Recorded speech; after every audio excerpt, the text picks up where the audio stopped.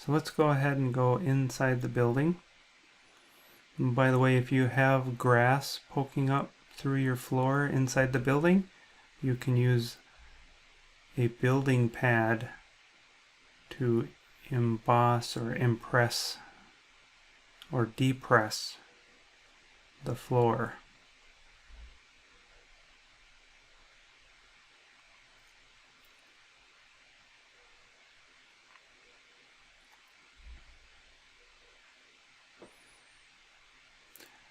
So the next material that we're going to look at is the ceiling tile material. So this is a ceiling tile that was replaced from one of the original Revit out-of-the-box ceiling tiles that comes in the templates. This particular material is better than the one that comes with Revit, which is not very good looking at all. But there's some new advanced materials that we can adjust or apply that look quite nice. So let's go ahead and do that. We'll go to one of the reflected ceiling plans for level 2.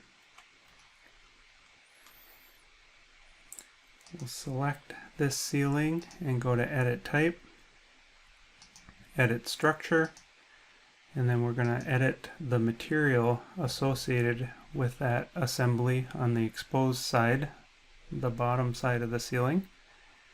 We'll see the ceiling name is 2x2, and then we'll go to the appearance asset. We'll see that this is a generic material listed here. We'll select the replace this asset command, and then under appearance library we can click on ceiling. In Revit 2019, a lot of those materials for ceiling are under miscellaneous for some reason, and you could see that there's still some of the legacy ones here. But in Revit 2020, that's been corrected. So under appearance library and then ceiling, we see that there are several advanced materials. They don't have the orange triangle in the lower left corner.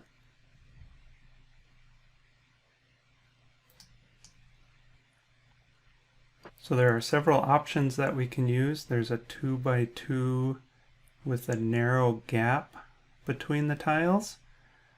There's a 2x2 dots, T's, tapered that we could use. Let's try this one and see what it looks like. So I either double click on it or click this little button that shows up when I hover over it. And then back here in Revit,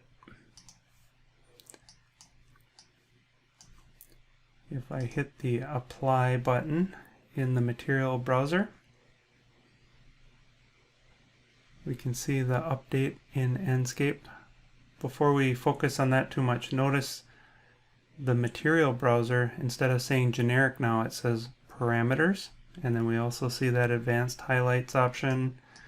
We see there's a relief pattern selected. So this roughness and this advanced highlights gives us the opportunity to have more of a reflective surface for the metal T's that we see. So the tile itself wouldn't be as reflective because it's not a metallic material. So we're going to hit OK to close out all those open dialogues. And then we'll take a look and see that for some reason this is a little bit shiny when we're moving, but then when you stop, it actually completes quite nicely. So you can see the shininess on the metal. The last thing that we'll look at here in this particular video is how we can make some changes to the flooring. So first we'll just look at this carpet tile. If we wanted to try and make this maybe a little better looking, we could go to the level 2 finish floor plan.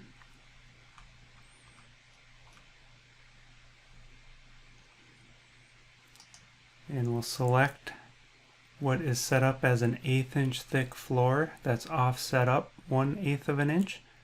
So this is how the floor finish materials are developed in this particular model that you'll have access to. We're going to go to Edit Type, Edit Structure. The material is called CPT1, so it's the same name that's used to designate the finish in the room finish schedule and any tagging that you might do for tagging materials. So CPT1, Appearance tab, and you'll notice this particular material doesn't have a bump map. Well, one handy trick is just to use the same material for the albedo as the bump map. You don't necessarily have to go in and make it grayscale or have a special bump map material.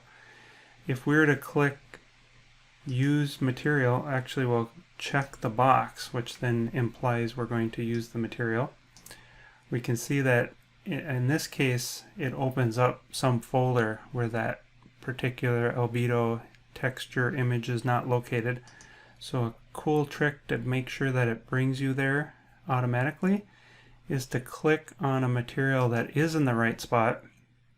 So it brings me to this textures folder, and then I'll just actually hit cancel. And now for the bump map, when I click image, it brings me to that same spot. And actually what I should have done while I was in here is copy this to the clipboard so that I can easily find that material as well. So go back to the bump map, click image, Control V to enter the name of that image that I want, and then now hit apply. You can see there's a little bit of a delay in the preview updating. It's still showing the last image that we were looking at, or the last material. We have the ability to adjust the bump map to make it look more rough.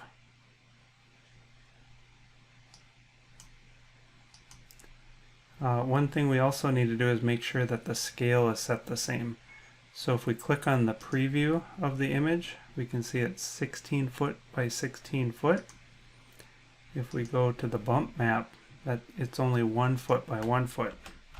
So that's a big problem. The two aren't lining up.